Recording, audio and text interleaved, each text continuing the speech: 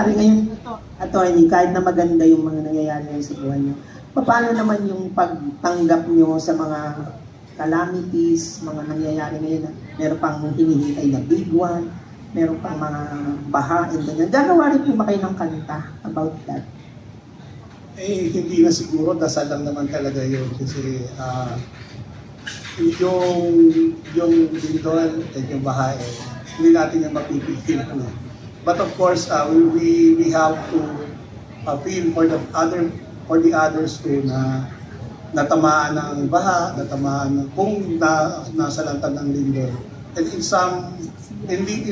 our own little ways, tumutulong kami sa kanila. Sabi nga ni Father, we just don't show it sa software, but we really do. Yes. Malapit na po ang Pasko. What is your prayer?